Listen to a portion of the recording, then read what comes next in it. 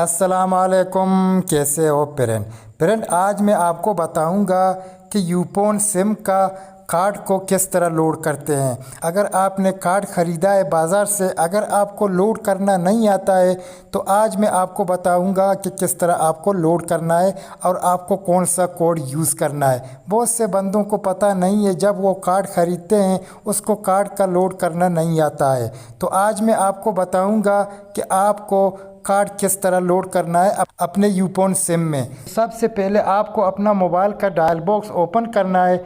जब आपने अपना मोबाइल का डायल बॉक्स इस तरह ओपन की तो आपको एक कोड लिखना है। तो मैं आपको वो कोड बताता हूँ, आपको वही कोड लिखना है। इधर से आपको लिखना है *123*, ठीक है।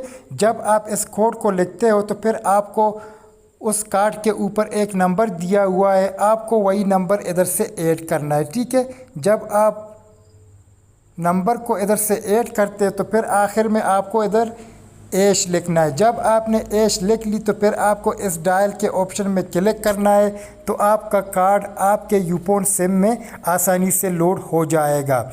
तो आप इस तरह करके अपने यूफोन सिम का कार्ड आसानी से लोड कर सकते। बहुत से बंदों को पता नहीं है, तो मैंने सोचा कि मैं एक वीडियो बना दूं, आपके लिए आसानी हो जाएगा। तो फ्रेंड, उम्मीद है आपको ये वीडियो पसंद आई।